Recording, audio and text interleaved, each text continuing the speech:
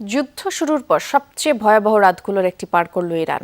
সোমবার রাজধানী তেহরানের বিভিন্ন এলাকায় রাতভর একের পর এক বিকট বিস্ফোরণের আওয়াজ শোনা গেছে। মঙ্গলবারও ইরান জুড়ে অব্যাহত যুক্তরাষ্ট্র ইসরায়েলের যৌথ হামলা।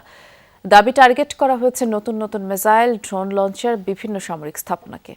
আরও একটি স্কুলসহ বিভিন্ন বেসামরিক স্থাপনায় বোমাবর্ষণের অভিযোগ তুলেছে Tehran. True 700 ppm আকিশ Basir glass কেনার আগে দেখে নিলেই জিতবেন। 10 দিন পেরিয়ে 11তম দিনে গড়িয়েছে যুক্তরাষ্ট্র ইসরায়েলের সাথে ইরানের যুদ্ধ।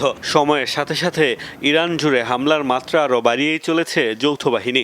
সোমবার রাতভর তেহরান জুড়ে চলেছে অনবরত বোমাবর্ষণ। মঙ্গলবারও বিরামহীন হামলা অব্যাহত রেখেছে আইডিএফ ও মার্কিন বাহিনী। দুদেশেরই দাবি তাদের লক্ষ্য ইরানের বিভিন্ন সামরিক স্থাপনা। মুহুর্মুহু বিস্ফোরণে রাজধানীর পশ্চিমাঞ্চলীয় কারাচ শহর হয়ে পড়ে বিদ্যুৎ বিচ্ছিন্ন। এলাকাটিতে যৌথ বাহিনীর হামলায় টার্গেট হয়েছে বিপ্লবী গার্ড, আইআরজিসির কমান্ড সেন্টার ও কার্যালয়। কুদস ফোর্সের একটি কমান্ড সেন্টার ধ্বংসের দাবিও করেছে ইসরায়েল। ইস্পাহানে টার্গেট হয়েছে মিসাইল তৈরির কারখানা ও আকাশ প্রতিরক্ষা ব্যবস্থা। সিরাজ শহরেও আক্রান্ত হয়েছে সামরিক স্থাপনা। নাজারাবাদ, আন্দিশে ও শাহরিয়ারে হামলার শিকার হয়েছে বাসিস ফোর্স ও বিপ্লবী গার্ডের ঘাঁটি। আহভাস ও সিস্তান বালুচিস্তানেও পাওয়া গেছে বিস্ফোরণের আওয়াজ। ওয়াশিংটন জানিয়েছে গত 10 দিনে ইরানের 5000 স্থাপনায় হামলা চালিয়েছে তারা। ধ্বংস কিংবা ক্ষতিগ্রস্ত হয়েছে তেহরানের নৌবাহিনীর 50টির বেশি জাহাজ।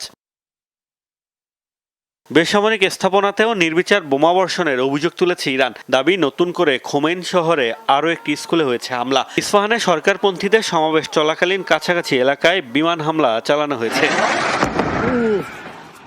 এদিকে যুদ্ধের প্রথম দিনই মিনাবের গার্লস স্কুলে ভয়াবহ হামলায় ব্যবহার করা হয়েছিল যুক্তরাষ্ট্রের তৈরি টমাহক মিসাইল। ভিডিও ফুটেজ বিশ্লেষণে উঠে এসেছে এই তথ্য। এরপর অবশ্য এই হামলার দায় নিতে নারাজ মার্কিন প্রেসিডেন্ট ডোনাল্ড ট্রাম্প। তার দাবি, কিছু সংখ্যক টমাহক ক্ষেপণাস্ত্র রয়েছে ইরানের কাছেও। মোস্তফা মাহমুদ, যমুনা নিউজ।